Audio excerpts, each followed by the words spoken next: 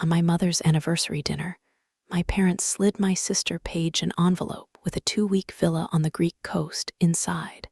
$16,000, balcony over the water, the kind of thing they print in retirement ads, and Paige cried right there at the table. Then they handed me a card. A bent birthday store card, the cheap kind. Inside was a $3 scratch-off ticket and a note in my father's blocky handwriting. "Don't quit your day job." The whole table laughed. I'm Reese Whitman. I was 36, and I had spent my entire life being the daughter who never needed anything. So I smiled, and I said thanks, and I slipped the card into my coat, and I drove home in the dark. 11 days later, that $3 ticket was worth $120 million. And by the time my family figured out it was me, my phone was already showing 91 missed calls. Welcome back to Suspense Calm Stories, where quiet women with long memories finally get to tell their side. If you've ever been the one they stopped worrying about, the one who got the card while somebody else got the trip, pull up a chair. You already know how this story feels before it even starts. Drop a comment and tell me where you're watching from, and do me a favor and subscribe, because this one goes places you won't expect. Let me tell you about that dinner before the villa and the scratch-off, because the whole thing only makes sense if you see the ordinary first. I drove the 35 minutes from my apartment in Adair to my parents' house in Linden, and I got there early, the way I always do, because somebody has to set the table and check the oven, and it was never going to be Paige. I'm a 911 dispatcher. I sit in a dim room with a headset and answer the phone on the worst day of a stranger's life. House fires, car wrecks, a mother who can't get her baby to breathe. My whole job is to be the calm voice in the dark, to keep someone breathing until the help I'm sending can reach them. You learn to keep your voice level no matter what is screaming in your ear. That calm follows me home.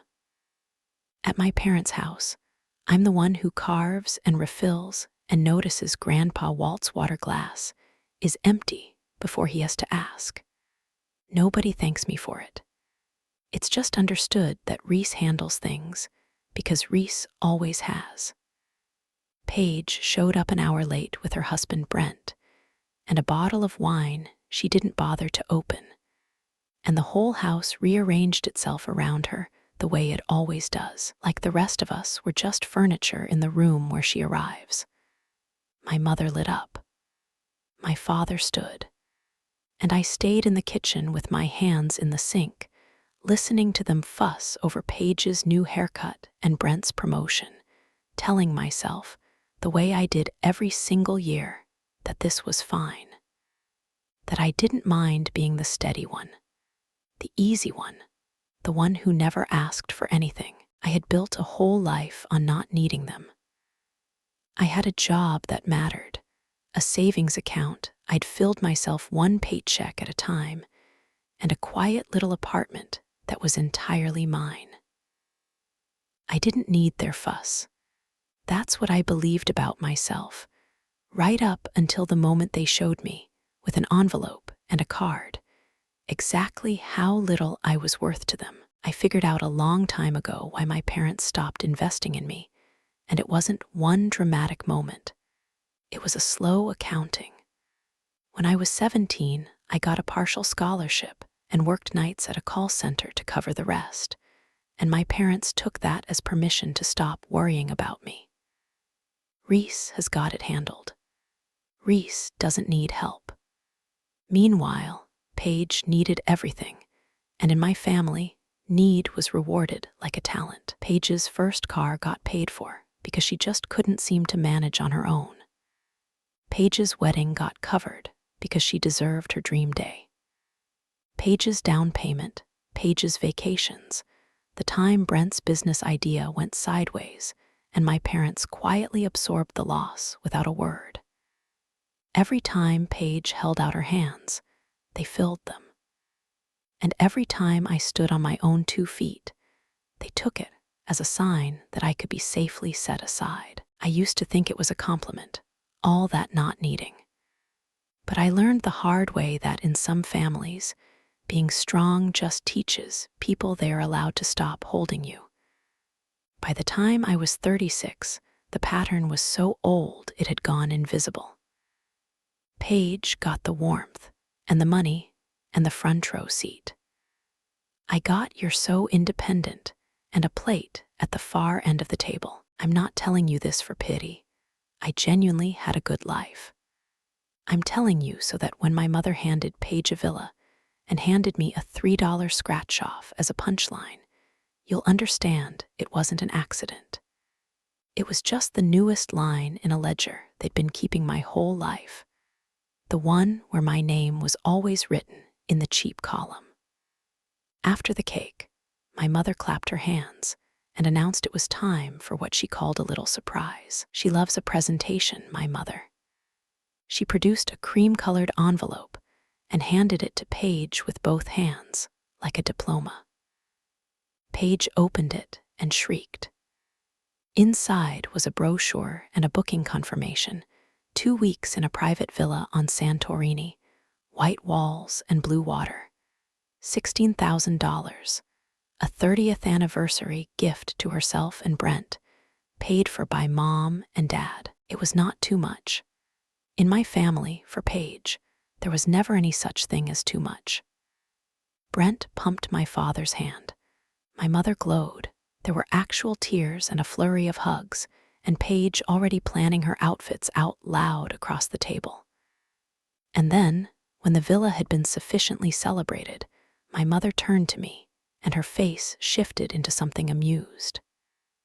"Now, we didn't forget you, Reese," she said, and the table was already chuckling before I'd opened a thing, because they could all see where this was going. She slid me a card. A regular birthday store card, slightly bent at the corner. Inside was a single $3 scratch-off ticket, the cheapest one they sell, the kind they keep in a little tray by the register. And underneath it, in my father's blocky handwriting, a note. "Don't quit your day job." Whole table laughed. Not a cruel, sneering laugh. Worse, a warm, comfortable family laugh. The laugh of people who'd found their own joke genuinely delightful, who thought handing the independent daughter a $3 gag gift next to her sister's villa was just good fun. Because Reese doesn't care about that stuff. Reese isn't materialistic. Reese will think it's funny too. I looked at the ticket. I looked at my father's handwriting, and I smiled because that's what I do, and I said, "Thanks, Dad." And something in me went very, very quiet. Paige, of course, couldn't leave it alone. She was riding the high of her villa, and she wanted to share the only way she knows how, which is by aiming a little bit down. She leaned across the table toward me, brochure still in her hand, and she said with a smile that was all teeth, "Oh, don't be like that, Reese. It's the thought that counts. It's the thought that counts." I have turned that sentence over 1,000 times since, because she was right in a way she never meant to be. The thought did count. The thought was the entire point. The thought was that my sister was worth $16,000 and a balcony over the Aegean, and I was worth $3 and a joke about my job. The thought was that after 36 years, my own parents had sat down, considered what each daughter was worth to them, and decided this was the appropriate ratio. The villa was the gift. The thought was the wound. Brent chuckled and added, "Hey, you never know, that could be the big one." And everybody laughed again, because the idea of me, steady, boring Reese, winning anything was apparently the funniest thing they'd heard all night. I didn't argue. I didn't make a scene. I have spent my career holding my voice level while I tell a panicking stranger that help is 90 seconds out, and I held it level now. But I did one small thing I didn't fully understand at the time. Instead of leaving that card on the table to be swept up with the wrapping paper and the cake plates, I slid it into my coat pocket. The ticket and the note, both. I told myself I'd scratch it later for a laugh. But I think somewhere underneath, I kept it because it was evidence, proof, in my father's own hand, of exactly what I was worth to the people who made me. I just didn't know yet how much that little card was about to be worth to me. I drove home that night in the dark, 35 minutes of empty county road, and I didn't cry, which surprised me a little. I just felt clear. The way the air feels after a fever finally breaks. When I got home, I took the card out of my coat and I stuck it to my refrigerator with a magnet, scratch off and all, my father's handwriting facing out. Don't quit your day job. I'm not entirely sure why I did it. Maybe I wanted to stop pretending. For years, I'd let the small cuts close over without looking at them, told myself I was imagining the favoritism, that a good daughter doesn't keep score. But that card was not imaginary. It was right there in his handwriting, on my own fridge. And putting it where I'd see it every morning was my way of finally saying, out loud in my own kitchen, this is real, and it is not okay, and I am allowed to know that. Let me say something to you directly, because I think some of you have a card like mine, even if yours isn't paper. The holiday you weren't quite invited to. The call that never comes. The way the help always seems to flow toward someone else. If you've spent years telling yourself you're imagining it, hear me, you're probably not. And you're allowed to put it on the fridge and look at it. That's not bitterness. It's refusing to lie to yourself anymore. If that landed, type I answered in the comments and stay with me. Because the fridge is where this whole story turns. I went to bed that night having finally admitted that my parents loved my sister more and made a kind of quiet peace with building my life around people who would actually show up. I had no idea that the cheapest gift they ever gave me was about to become the most valuable thing I owned. The ticket sat on my fridge for the better part of 2 weeks before I scratched it. It was a Thursday, after a brutal shift. We'd had a bad one that day, a multi-car pileup on the interstate. And I'd ridden it the whole way, 3 lines at once. A teenager in the back seat of one of those cars who I kept talking to until the medics got the door open. She made it. But I came home hollowed out, the way that work hollows you out sometimes, and I poured a glass of cheap wine, and I saw the card on the fridge, and I thought, you know what, let's spend the $3. A little dumb luck to end an ugly day. I took a quarter out of the dish by the door, and I scratched it at my kitchen counter, not even really watching, expecting the usual nothing. The first number matched, then another, then another. There's a thing that happens in my line of work where your brain registers an emergency a half second before your feelings do. The call comes in screaming, and your hand is already entering the address while your heart is still perfectly calm. That's exactly what happened at my counter. My hands knew before I did. I stopped. I set down the quarter. I read the instructions on the ticket, then I read them again, then I match the numbers a 4th time, slow, the way I read a callback number back to a caller. Because the thing about being careful for a living is that you learn not to trust your own excitement. The numbers matched a prize tier I had to read 3 separate times before I'd let myself believe it. This was not a free ticket. This was not a $20 bump. This was the kind of number that doesn't even fit on the little card, the kind that says, in tiny print, claim at lottery headquarters. My hands stayed steady. My mouth had gone bone dry. I stood alone in my kitchen at 11 at night with a $3 gag gift in my hand, and I understood that my whole life had just split into a before and an after. I just didn't know yet which side my family was going to land on. I didn't sleep. I sat up the rest of the night with the ticket sealed in a sandwich bag, a dispatcher's instinct, protect the record. And in the morning, I called in a personal day, which I almost never do, and I quietly drove 2 hours to a regional lottery office to verify what I already suspected.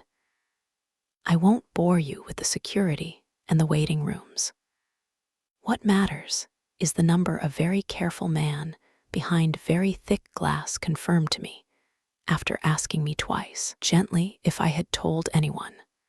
$120 million. $120 million from a $3 ticket my father had handed me as a joke. Here's what surprised me about myself. I did not scream. I did not cry tears of joy. The dominant feeling in that office was fear. Because I'm the daughter who handles things, and my brain went straight to everything that could go wrong.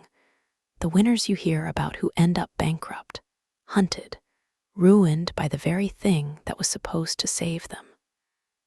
I had talked enough people through the worst night of their lives to know that sudden change, even good change, is dangerous if you don't manage it right. So while another person might have called everyone they'd ever met, I did the opposite. I told no one. Not my best friend, not the woman I'd worked the desk beside for 9 years, and absolutely not my family. I drove home with the ticket still in its bag, sat at my kitchen table, and made a list, because lists are how I stay calm. Step 1 was not buy a car. Step 1 was find a lawyer, because I already understood, down in my bones, that the most important decisions of my life were the ones I was about to make in the next 2 weeks. In silence, before anybody knew my name was attached to that number. People always ask me the same thing here. Why didn't you call your family? You just won a fortune. And the honest answer is I thought about it. There's a reflex, even in a hurt person, to run straight to the people who made you. I picked up my phone, I scrolled to my mother's name, and then I looked up, and there on the fridge was the card. Don't quit your day job. And I put the phone back down, because here's what I knew about my family. With the same certainty, I know how to talk a stranger through CPR. If I called them, the money would stop being mine the instant they heard the number. Not legally, emotionally. It would instantly stop being the thing that happened to me and become the thing that was owed to everyone. My mother would have opinions. Paige would have needs. Brent would have a business plan inside the hour.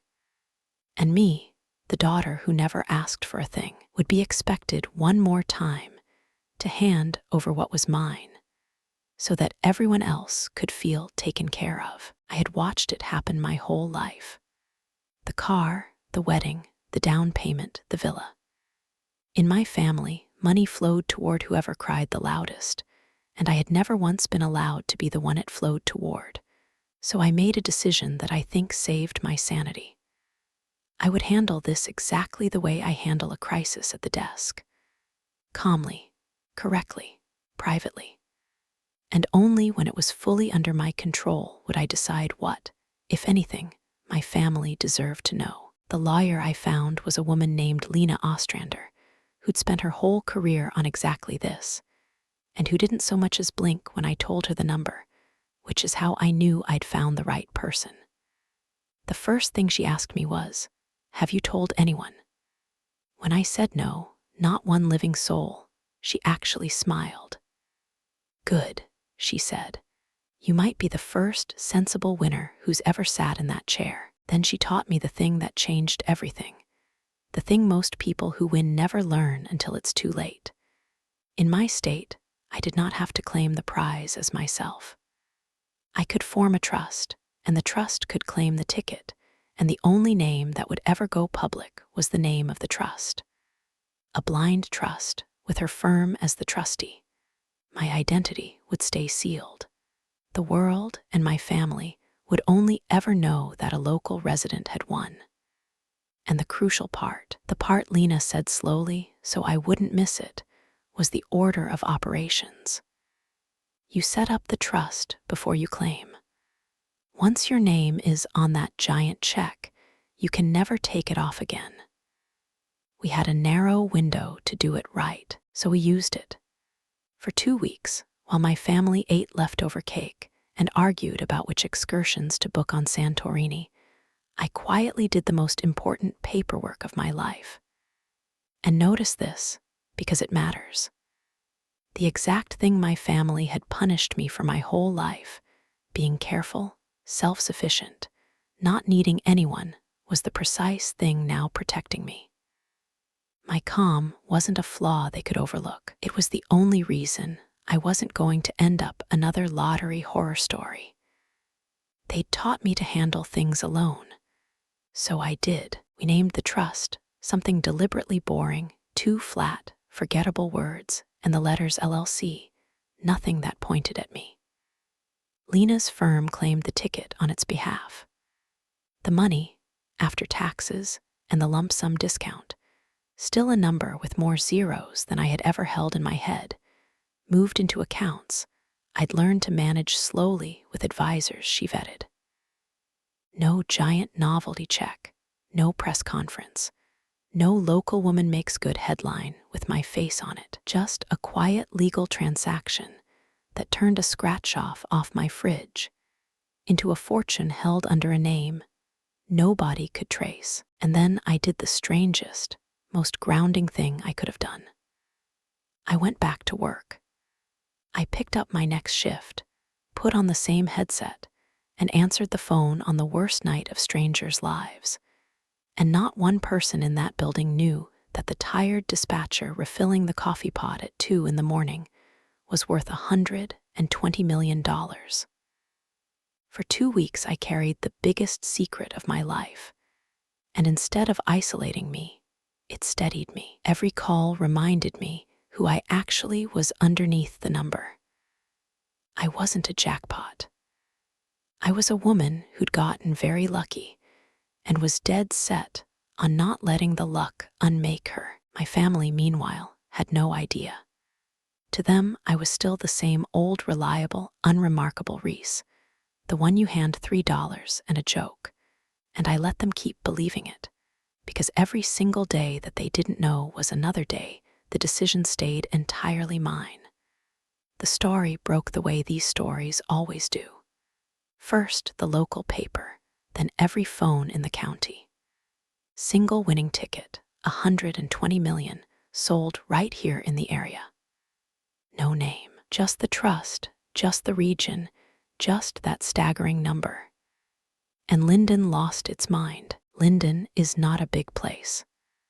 A 9-figure ticket sold at the gas station on the county road is the only thing anybody talks about for weeks. Everybody had a theory. Everybody knew somebody who might be the one. And here is the part that still makes me laugh, a little bitterly.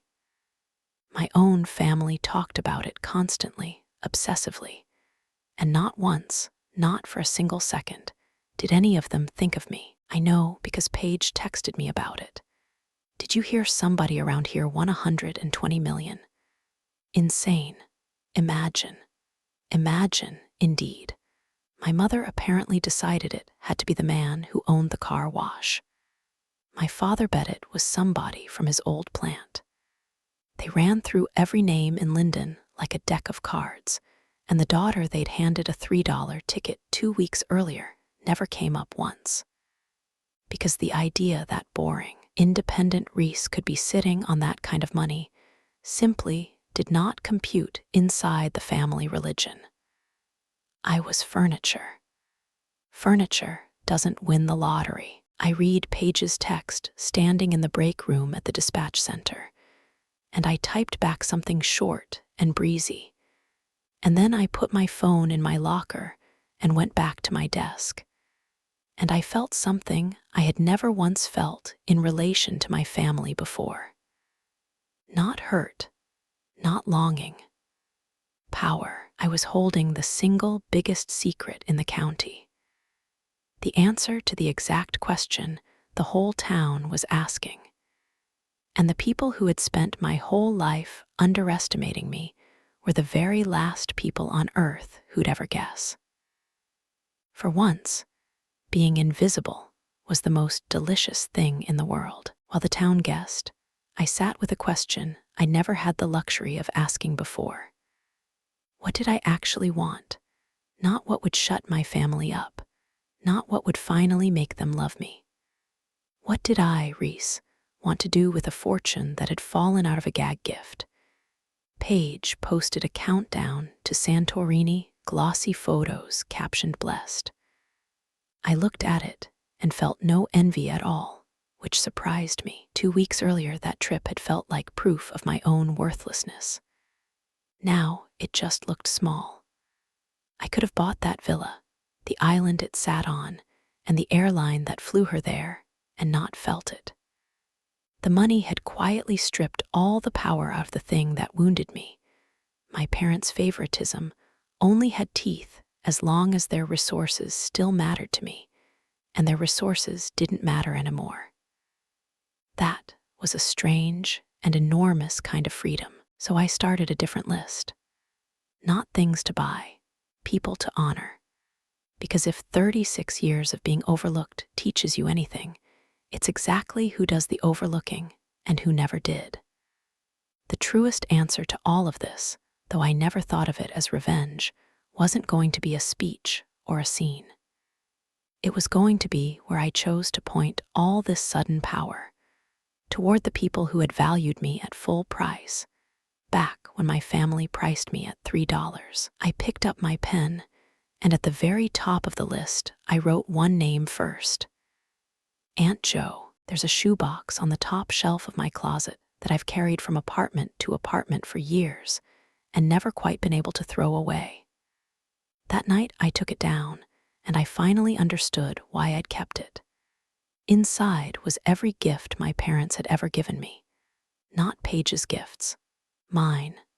I'd saved them, the way you save things when some part of you is keeping a record you aren't ready to read yet.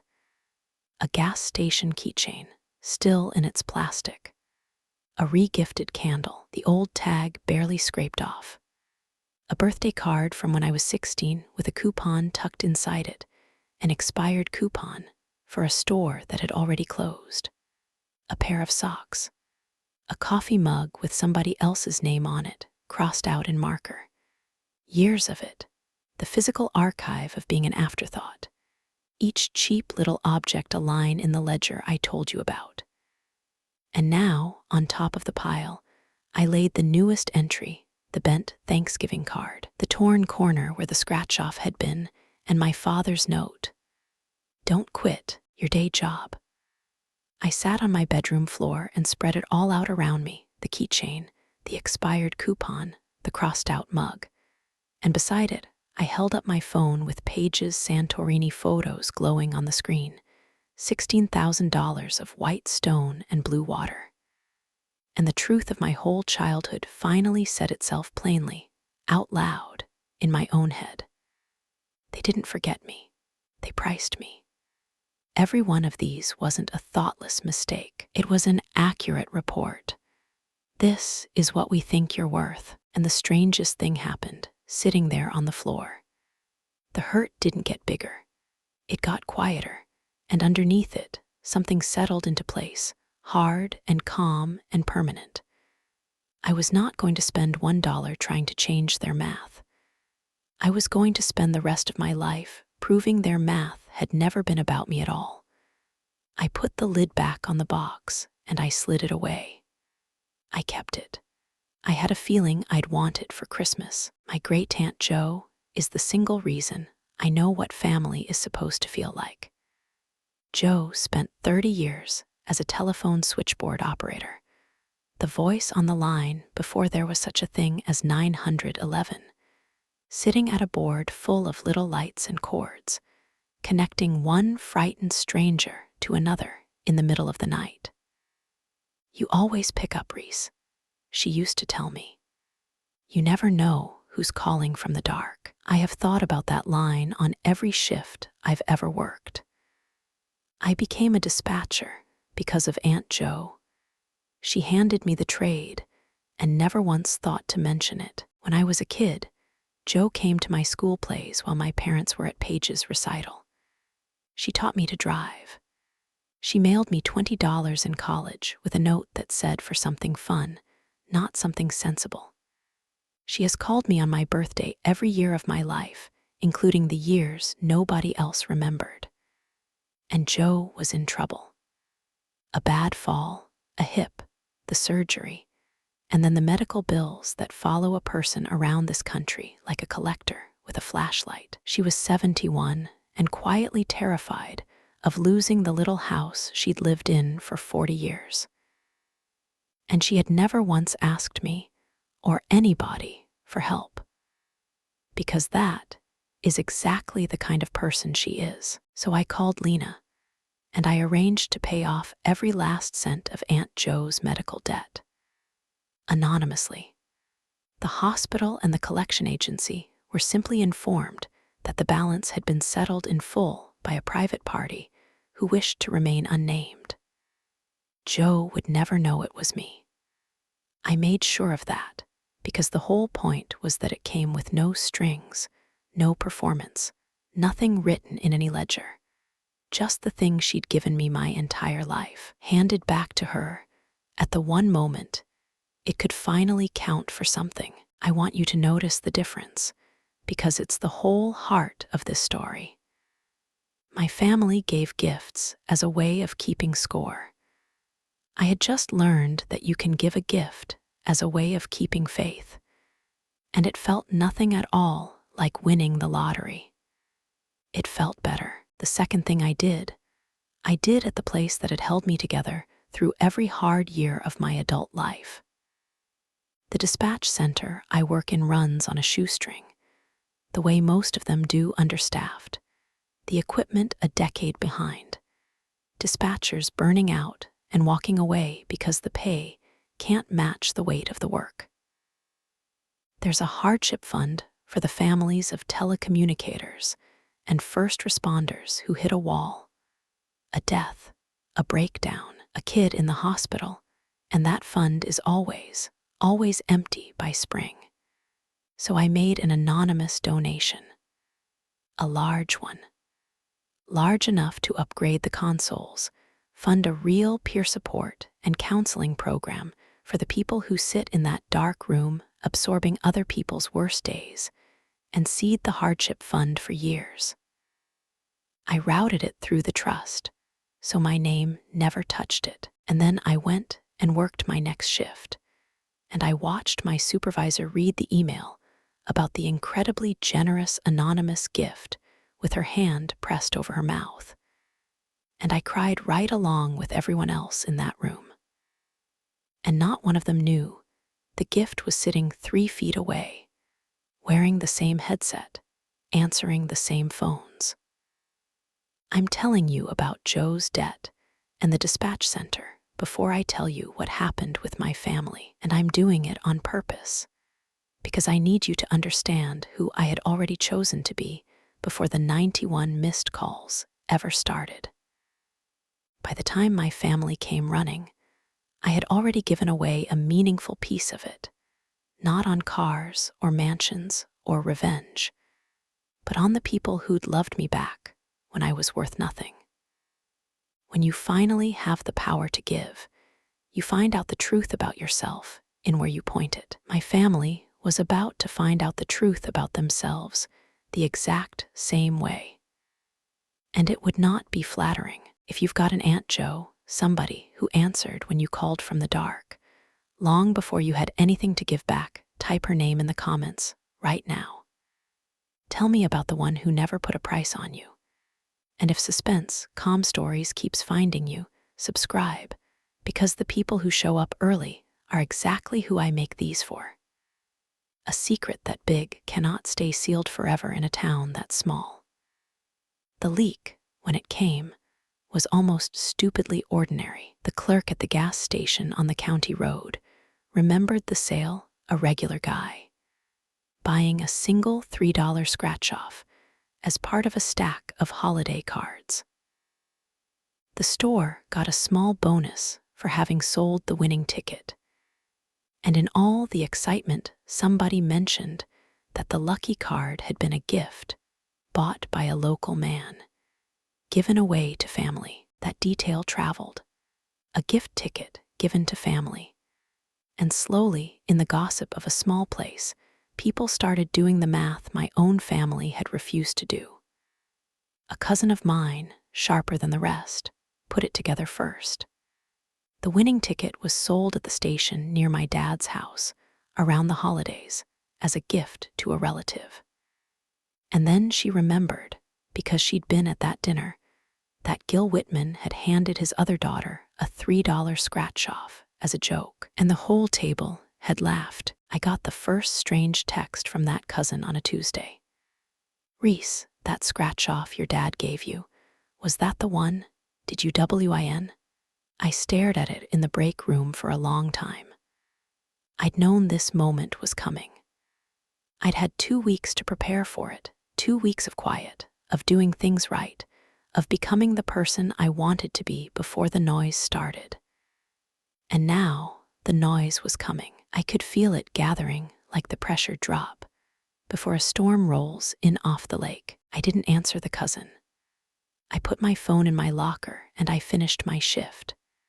Calm hands, level voice, one more night on the line, because I knew that by the time I clocked out, my whole life was going to be ringing. Before the storm fully hit, though, I got one phone call I will keep for the rest of my life. It was Aunt Jo, and she was crying so hard she could barely get the words out. For 1 second, my dispatcher's brain snapped to attention, certain something was wrong, but she was crying because something was right. "Reese," she said, "honey, you won't believe it. The hospital called. My bills, all of them, somebody paid them. The whole thing. They said it was an anonymous donor and they couldn't tell me who. Who does that? Who in the world does that for an old woman?" She was sobbing. "I've been so scared about the house, and now it's gone. The whole debt gone." I held the phone and I closed my eyes and I did not tell her.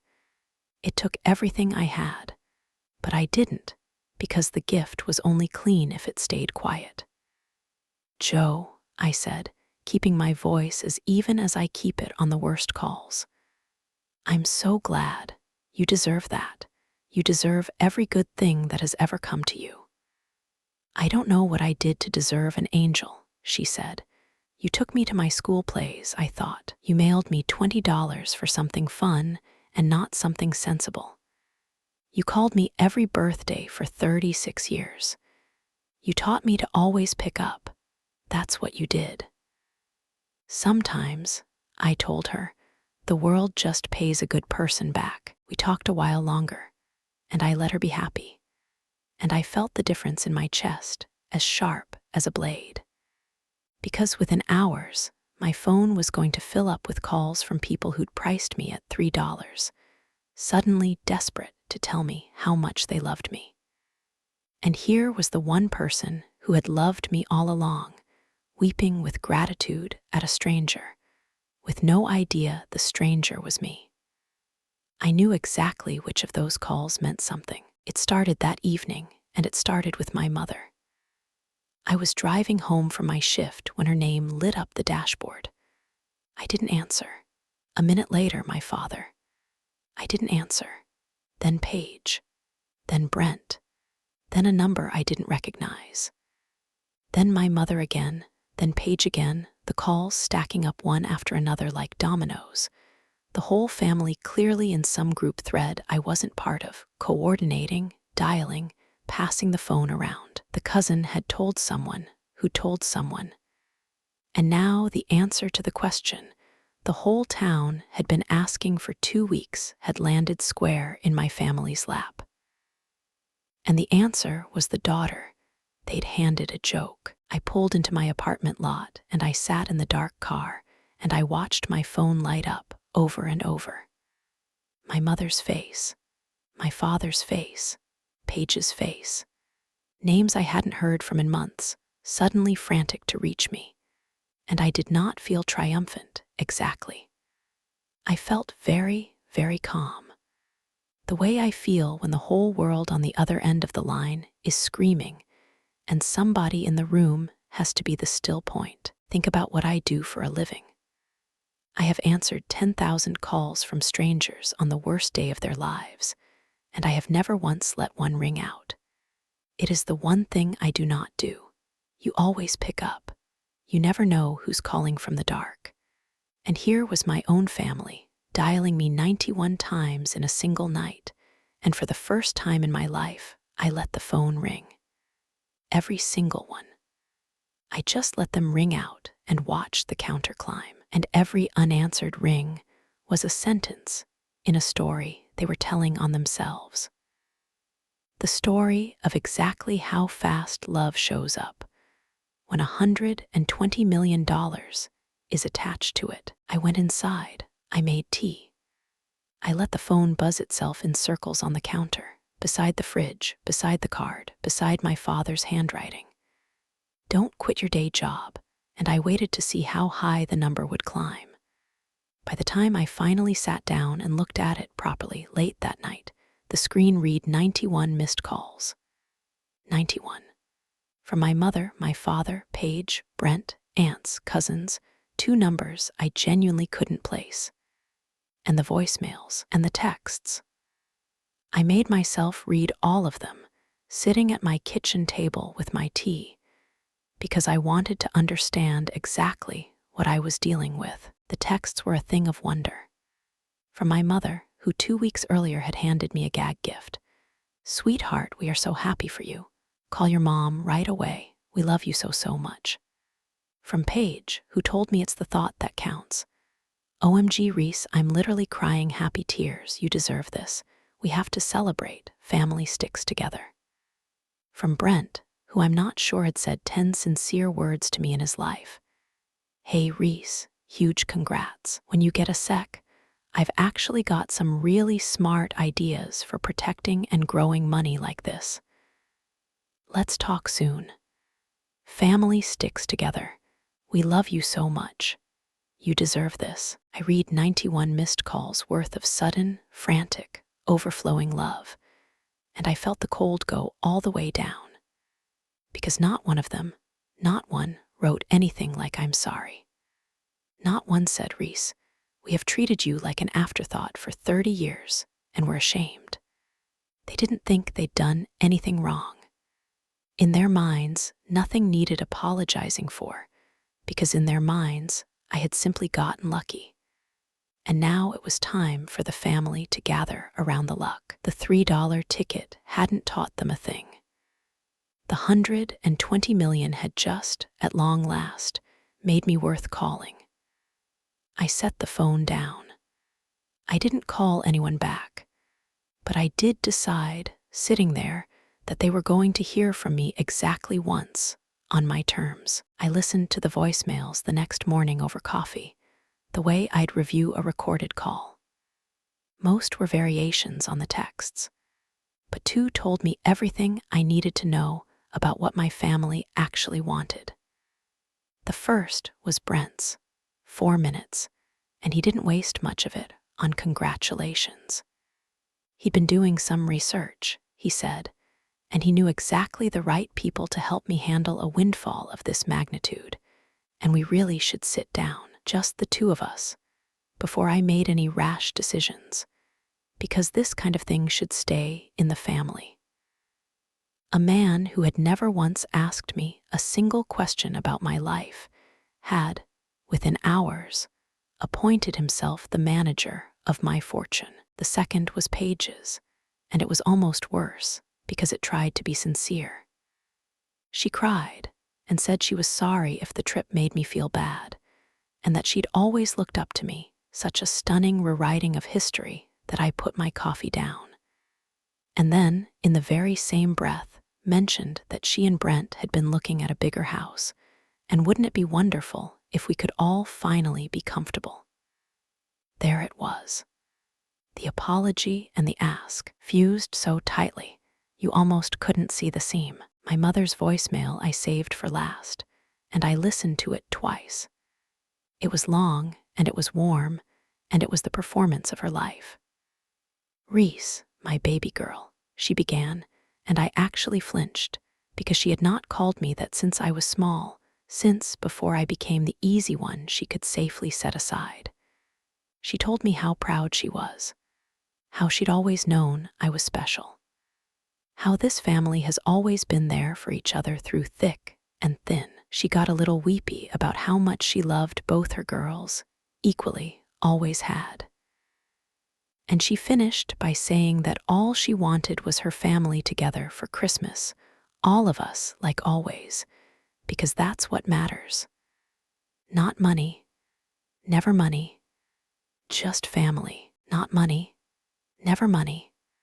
From the woman who'd handed me $3 and handed Paige a villa 2 weeks before the money turned out to be mine. I stood in my kitchen, and I looked at the card on the fridge, while her voice filled my apartment with love she had never once shown me when it was free, and I made my decision, fully and finally. I was not going to scream at them. I wasn't going to send a furious text or block their numbers or simply vanish, though I could have, and part of me wanted to. Those are small revenges, and they'd have let my family go right on telling themselves I was just bitter, just dramatic, just Reese overreacting again. No, I was going to do the one thing they would never be able to spin. I was going to show up at Christmas, calm and kind, in front of the entire family, and I was going to tell the simple truth out loud. And then I was going to set a boundary they could not cross. And I was going to bring the card. I texted my mother back one message after 91 calls. "I'll come to Christmas. See you then." That was all. And I could feel, even through the silence that followed, exactly how it landed, the relief, the scramble, the group thread surely lighting right back up. "She's coming." She answered. "She's coming." I chose Christmas on purpose, and not only for an audience.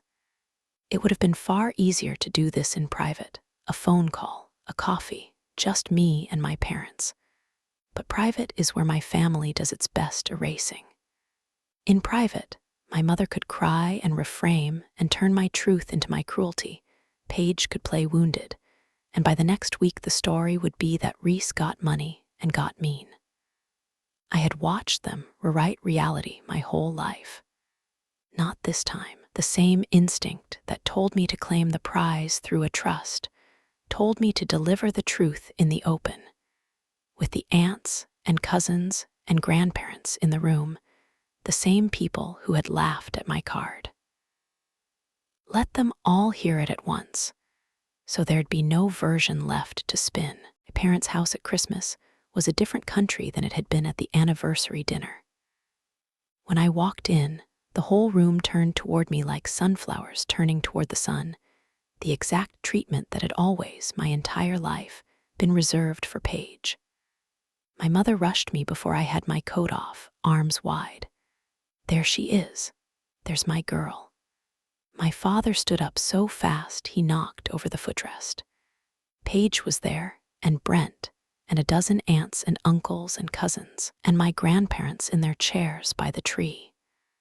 And every face was lit with a warmth I had never once been greeted with in 36 years. Paige had postponed Santorini, I learned, to be with family for the holidays, which is to say she had canceled a villa on the Aegean the instant she learned where the real money was. The tree was up, the lights were on, the presents were piled high, and I noticed, with a calm I was almost proud of, that several of those presents had my name on them this year. Big ones. My mother steered me to the good chair, the one I'd never been offered in my life, and pressed a glass of wine into my hand. Everyone was talking at once, congratulations and love, and how proud. A wall of warm sound built to sweep me up in it and make me feel, finally, like one of them. And I let it happen for a few minutes.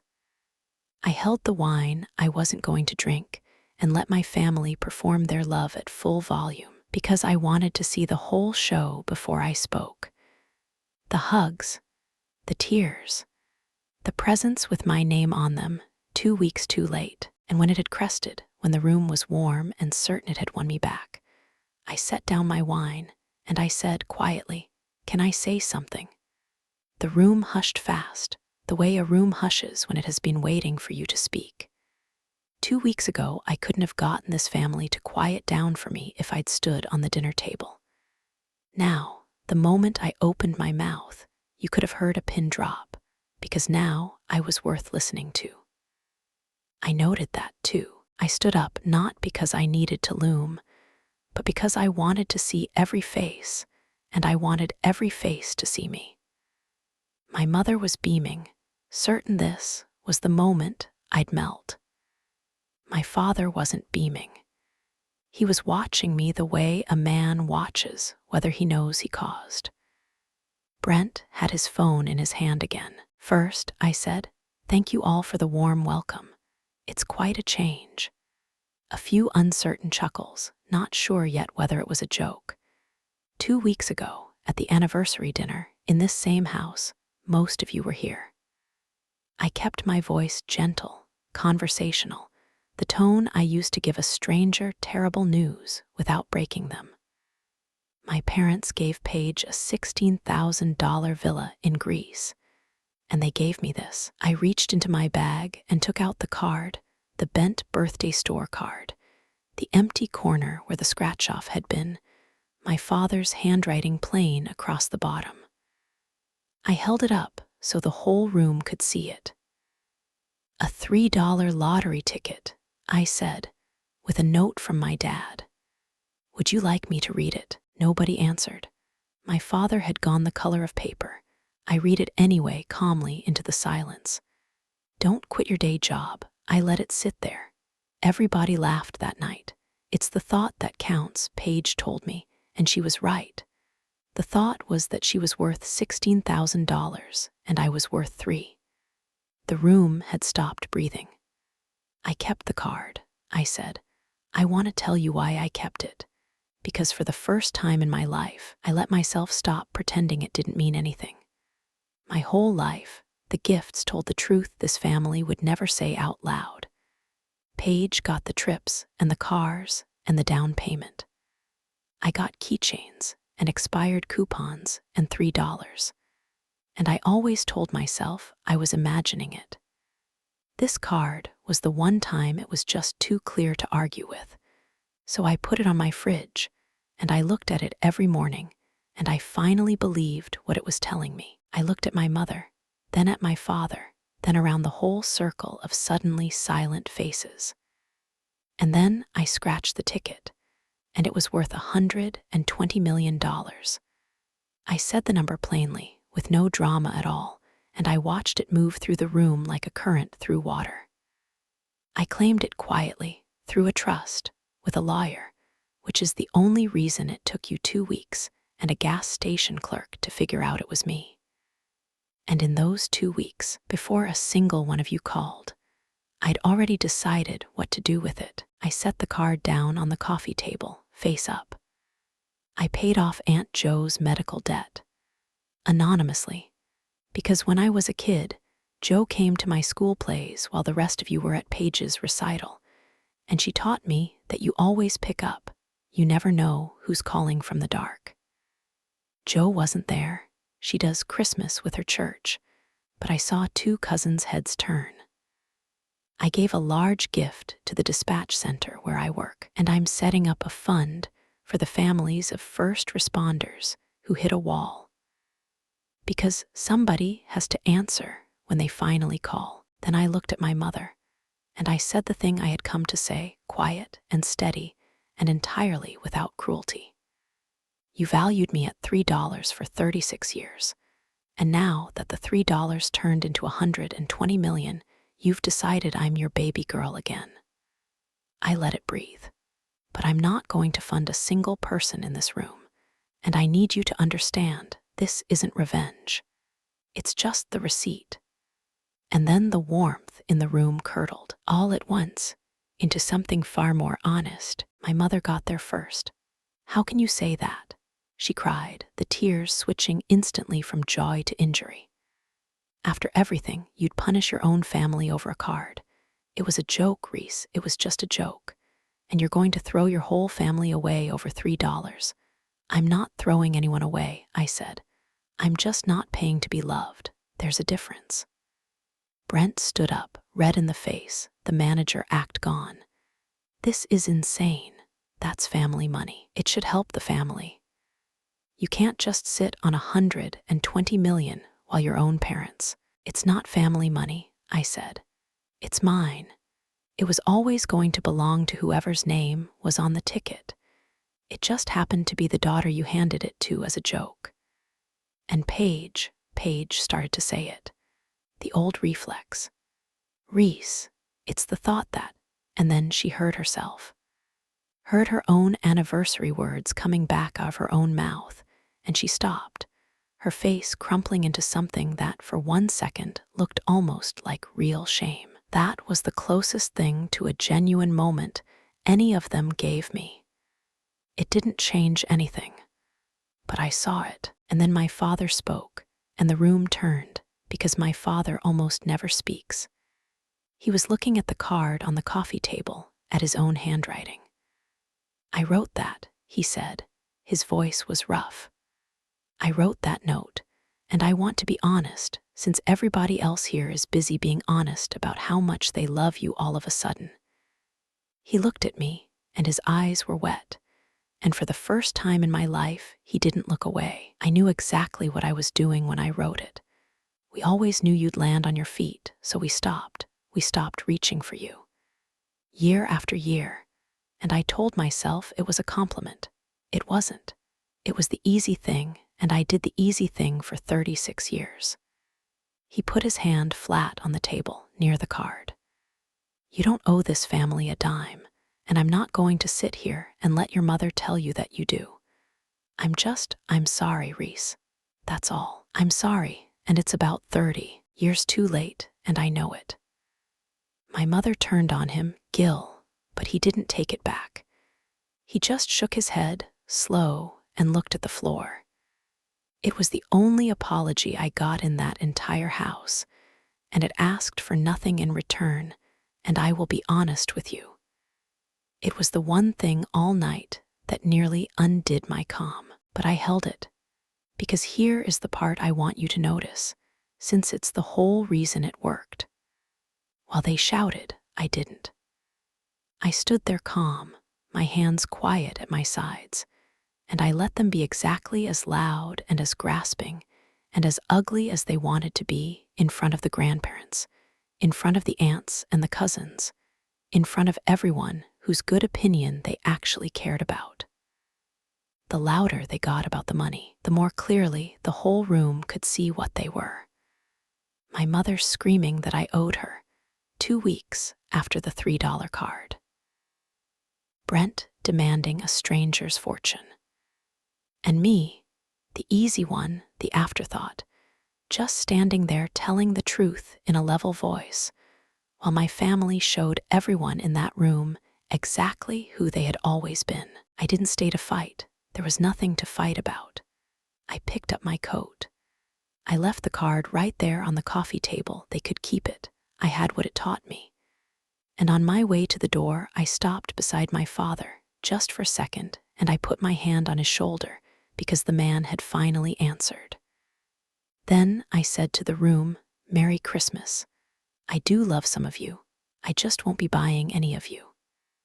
And I walked out into the cold and drove home, and I didn't cry. And the quiet in that car felt like the cleanest thing I had ever breathed. The fallout was about what you'd expect.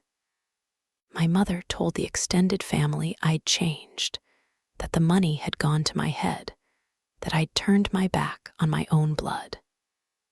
Fewer believed her than she'd hoped, because they had all been in the room, and you cannot unsee a woman screaming about owed millions next to a $3 card, or a quiet man finally telling the truth beside her. I kept the money in the trust, managed slowly and carefully.